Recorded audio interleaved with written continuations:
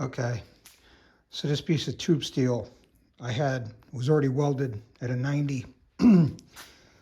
This here is just a piece of 1-inch tube steel, 1/8 inch diameter. I welded a nut inside of both ends. These are wheelchair wheels. So basically I just welded a nut inside and then I screwed it on with the bearings and everything. This was just a scrap piece of stuff that came off of this big piece that I cut off. You can see where it was cut off over here. Anyway, this piece here, this is just a pivoting thing. The bolt I had wasn't long enough, so I just tacked the bolt on here because I wanted to be able, I didn't want this welded because I wanted to be able to consolidate the space it took up. So what did I do? I just welded a couple pieces on here to support it up.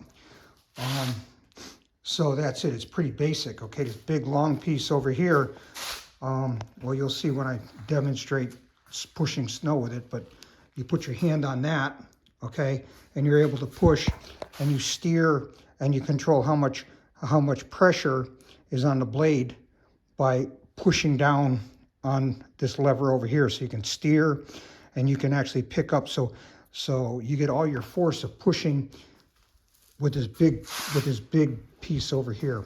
But anyway, I'm just showing the actual design of it.